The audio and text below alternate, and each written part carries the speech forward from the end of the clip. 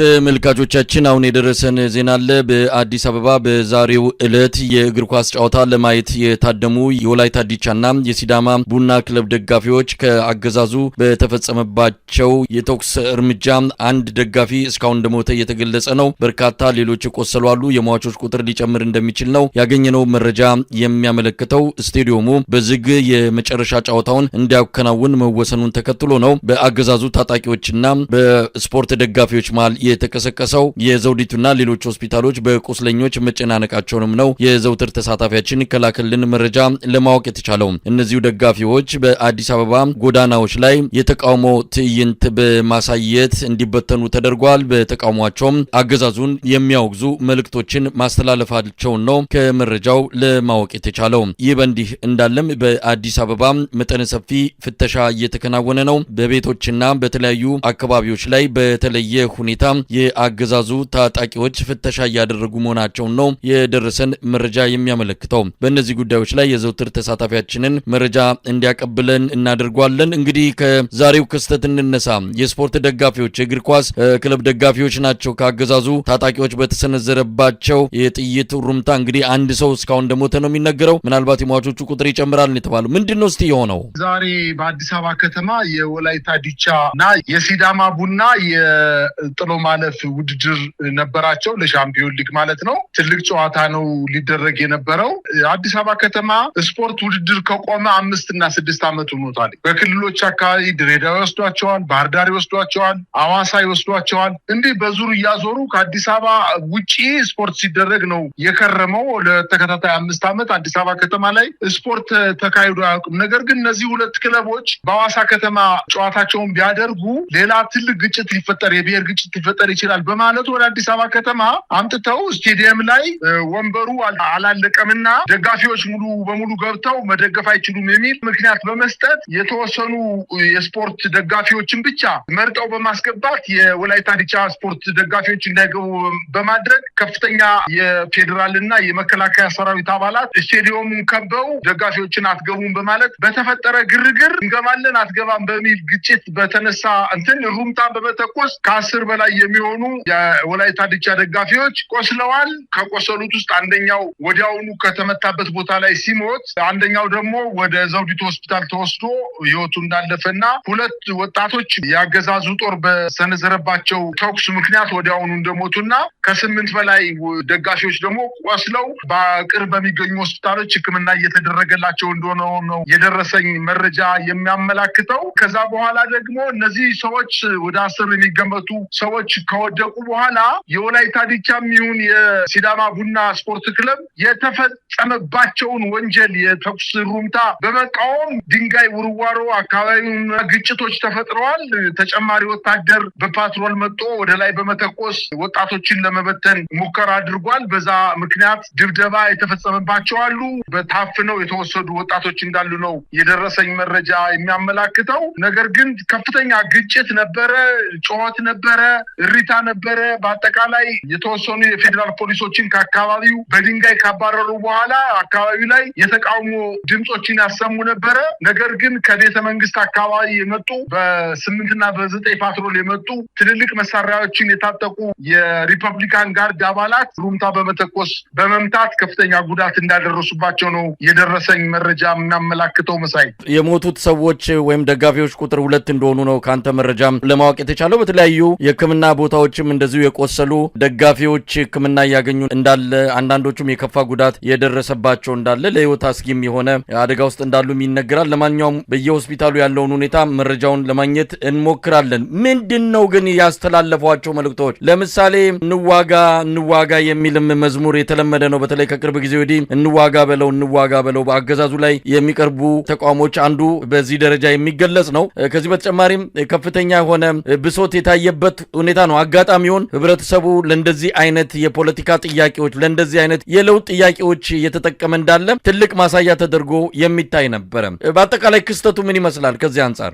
መሳይ ለተወሰነ ጊዜ የነበሩት የፌዴራል ፖሊስ አባላትና የአዲስ አበባ ፖሊስ አባላትን የመጣው ወጣት በተለይ የወላይታ ዲቻ ደጋፊዎች በጣም ከፍተኛ ብሶት ስለነበረባቸው እነዚህን ፖሊሶች ከአካባቢ ማባረር ችለው ነበረ። አንዳንዶች ናቸው መሳሪያ ይዘው የነበሩት። ነገር ግን ድንጋይ የተወረሮባቸው አካባቢውን ወጣቶቹ በጣም በርካታ በመሆናቸው በ10 ሺዎች የሚቆጠሩ ወጣቶች ናቸው ስቴዲየም አካባቢ የነበሩት። ከወላይታ አካባቢ የመጡ ወጣቶች ናቸው። አዲስ አበባ ከተማ የሚገኙ የወላይታ ዲቻ ደጋፊዎች እንዲሁም ከሐዋሳ ከተማ የመጡ የሲዳማ ቡና ደጋፊዎች በጣም በርካቶች ነበሩ። እነዚህ ላይ ጥይት መተኮስ ስላልቻለ እና በተወሰነ መሳሪያ ይዘው ስለነበረ የወጣቱን አጠቃላይ ንዴትና ብሽቀት በጣም ስላስፈራቸው ከአካባቢ ሸሽተው ነበረ።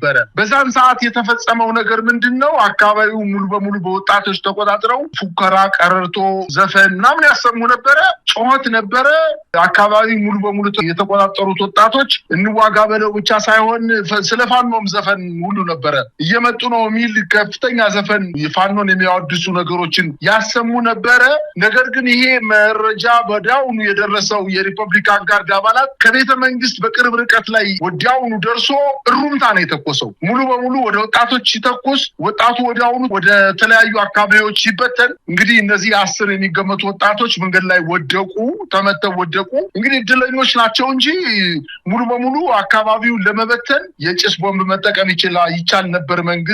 ነገር ግን በከባድ መሳሪያዎች ወደ ላይ በመተኮስ በክላሽን ደግሞ እና በስናይፐር ወደ ሰላማዊ ሰልፍ ወዳረጉ ወጣቶች ሩምታ በመተኮስ ወጣቱን ለመበተን ወይም ደጋፊዎችን ለመበተን ጥረት አድርጓል። በዚህ አጋጣሚ ነው እንግዲህ 10 ሰዎች ወድቀው የተገኙትኝ። 8ቱ ሰዎች 9ኙ ሰዎች ወደ ሕክምና ተወስደው ዘውዲቱ እና የተለያዩ ሆስፒታሎች ተወስደው እዛው አንዱ ሆስፒታል ከገባ በኋላ ነው ህይወቱ ያለፈው። አንዱ ግን እዛው ላይ እንደሞተ ነው የደረሰኝ መረጃ የሚያመላክተው። ነገር ግን በጣም ከፍተኛ የሆነ የህዝብ ማዕበል ሊከሰት የሚችልበት ሁኔታ ነበረ።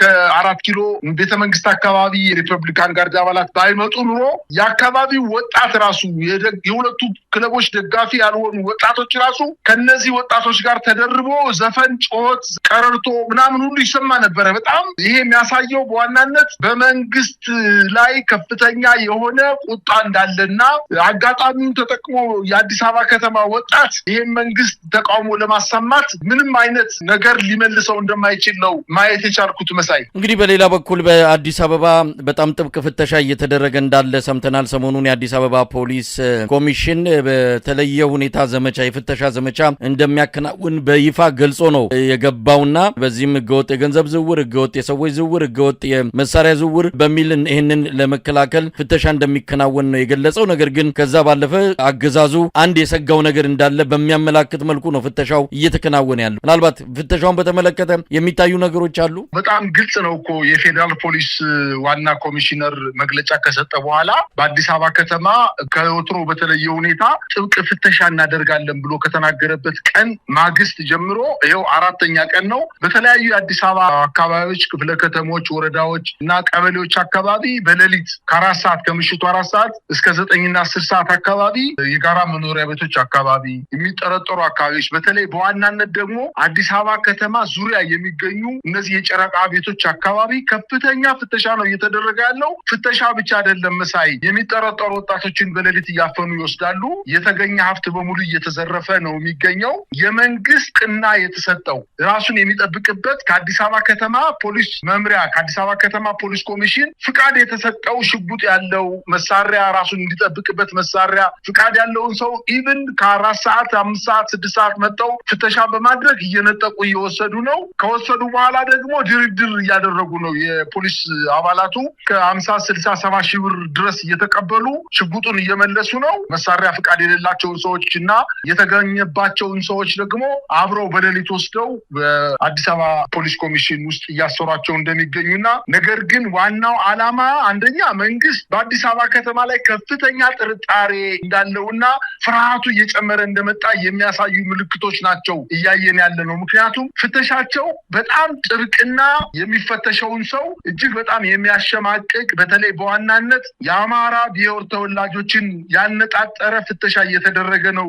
የሚገኘው። በቤታቸው ምንም አይነት የሚጠረጠር ነገር መሳሪያ የሚሆን ሌላ ነገር ባይገኝባቸውም እንኳን አንተ የፋኖ ደጋፊ ነህ፣ አንተ ከየት አካባቢ ነው ተወልደ የመጣው፣ የመታወቂያቸውን እያዩ የፋኖ ደጋፊ ነህ፣ እዚህ ምን ትሰራለህ፣ ወደ ሀገር ሂድ በማለት በጣም ከፍተኛ ማሸማቀቅ እየፈጸሙባቸው እንደሚገኙና በአንዳንዶችም ላይ ድብደባ እንደፈጸሙ ከሌሊቱ 6 እና 7 ሰዓት ከፍተኛ የለቅሶና የጩኸት ድምጽ እንደሚሰማ በበርካታ አካባቢዎች የደረሰኝ መረጃን ያመላክታል። በአጠቃላይ ግን መሳሪያም መፈለግ ብቻ ሳይሆን ማህበረሰቡን በማሸማቀቅ ሊደርስብን ይችላል ብለው ያሰቡትን ተቃውሞ ከወዲሁ ለማርገብ የሚደረግ ጥረት እንደሆነ ነው እኔ ማየት የቻልኩት። መሳይ ምናልባት የተለያዩ መረጃዎችንም እየሰማን ነው። አንዳንዶች እንደሚገልጹት ከሆነ የአገዛዙ የሆነ በከተማው ሊፈጸም ይችላል የሚል ትልቅ አደጋ እንዳለ አድርጎ መደናበር ውስጥ እንደገባ ነው የሚገልጹት። እንደዚሁም ባንኮች ሁሉ ሂሳቦች በመንግስት ቀጥተኛ ትዕዛዝ እየተዘጉ ነው። በአዲስ አበባ በተለይ ንግድ ባንክ ብዙ አካውንቶች ተዘግተዋል፣ እንዳይንቀሳቀሱ እየተደረገ ነው። ቴዎድሮስ አደባባይ የኢትዮጵያ ንግድ ባንክ ቅርንጫፍ ብቻ 800 አካውንቶች የግለሰቦች የሂሳብ አካውንቶች መዘጋታቸው ነው የተሰማውና እነዚህ ነገሮች ሲታዩ አጠቃላይ እንቅስቃሴው ሰሞኑንም አዳነች አቤቤ የራሷን ሰራዊት የስርዓት አስከባሪ ሰራዊት አሰልጥና አስመርቃለች። በዚህም በዛም የሚታየው ነገር ስርዓቱ አንዳች የሆነ የደነገጠው የፈራው ነገር እንዳለ የሚያሳይ ነው። ይህን ነገር ማንበብ ይቻል ይሆን ከሚያደርጋቸው እንቅስቃሴዎች? ምንም ጥርጥር የለውም መሳይ። በሰሞኑ በዚህ 15 ቀን 20 ቀን ውስጥ በአዲስ አበባ ከተማ የሚሰሩ የአዲስ አበባ ከተማ የፖሊስ አባላት የሆኑ በተለይ በዋናነት የአማራ ተወላጆች የሆኑ የፖሊስ አባላት ማዕረግተኞችም እንዲሁ ተራ ፖሊሶች፣ ኮንስታብሎች፣ ፖሊሶች በየቤታቸው ፍተሻ እየተደረገ ስልካቸው ተቀምጦ ብርበራ እየተደረገ በስልካቸው ውስጥ ያለ መረጃዎች ፌስቡክ ላይ ለምሳሌ ያዩትን ነገር በማየት ዩቲዩብ ላይ እንዲሁም ቲክቶክ ላይ ያሉ እንዲሁ ምናልባት አንድ ወይም ሁለት የፋኖ ዜናዎችን ተከታትለው ከሆነ ወስደው አስረው በጣም ከፍተኛ ግርፋት ድብደባ እየፈጸሙባቸው እንደሚገኙና አንዳንዶችንም በመደበኛ ፖሊስ ጣቢያዎች እንዳላሰሯቸውና በግል ቤቶች በተደበቁ የደህንነት ግራውንድ ቤቶች ውስጥ አስረው ከፍተኛ ድብደባ እየፈጸሙባቸው እንደሆነና በጣም በርካታ የአማራ ተወላጅ ፖሊሶች በአሁኑ ሰዓት ከልጆቻቸው ከሚስቶቻቸው ተነጥለው ተወስደው የት እንዳሉ የማይታወቅበት ሁኔታ ላይ እንደተደረሰና መንግስት በራሱ አባላት ላይ ራሱ ከፍተኛ ጥርጣሬ እንዳለው ሌሎችንም እንዲሁ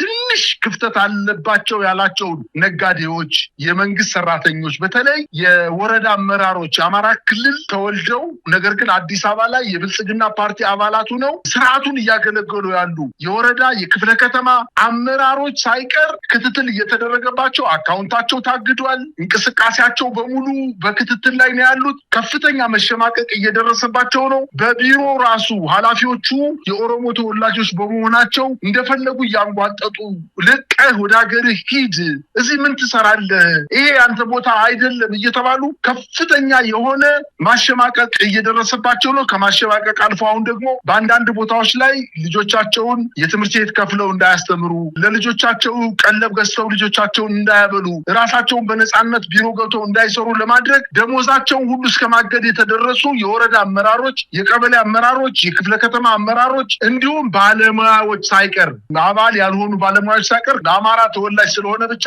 ከፍተኛ የሆነ ክትትል እየተደረገባቸው አካውንታቸው እየተዘጋ አሁን ደግሞ በዚህ 2 እና 3 ቀን ውስጥ በተለይ ፍተሻ ከተጀመረበት ጊዜ ጀምሮ በመካከለኛ ደረጃ ያሉ ባለሀብቶች አዲስ አበባ ከተማ ያሉ በመካከለኛ ደረጃ ያሉ ባለሀብቶች፣ የጉራጌ ባለሀብቶች፣ የአማራ ባለሀብቶች ከፍተኛ የሆነ ክትትል አድርገው ባንካቸው እንዳይንቀሳቀስ በማገድ በማሸማቀቅና አካባቢውን ተገደው አዲስ አበባ ከተማን ለቀው እንዲሄዱ በማድረግ እንግዲህ ሙሉ በሙሉ አዲስ አበባ ከተማን የአንድ ብሔር ተወላጅ እንዲቆጣጠራት ለማድረግ ከፍተኛ እንቅስቃሴ እየተደረገ ነው ያለው። ይሄ ግን በአጠቃላይ አዲስ አበባ ከተማ ላይ መንግስት ከፍተኛ ስጋት እንዳለው አንዳንድ ጊዜም እንዲሁ እንደሚወራው ከሆነ የራሳቸው አባላት እንደሚናገሩት ከሆነ የመሳሪያ ኃይል በተለያዩ መንገዶች ወደ አዲስ አበባ ከተማ ገብቷል የሚል መረጃ ስለደረሳቸው ይሄንን ክትትል በማድረግ ቀድሞ ይሄን ነገር እንዳይከሰት ለማድረግ የቤቱ እየዞሩ ፍተሻ እያደረጉ እንደሆነ ነው እና አጠቃላይ ስርዓቱ በአዲስ አበባ ከተማ ላይ ከፍተኛ ስጋት ውስጥ እንደወደቀ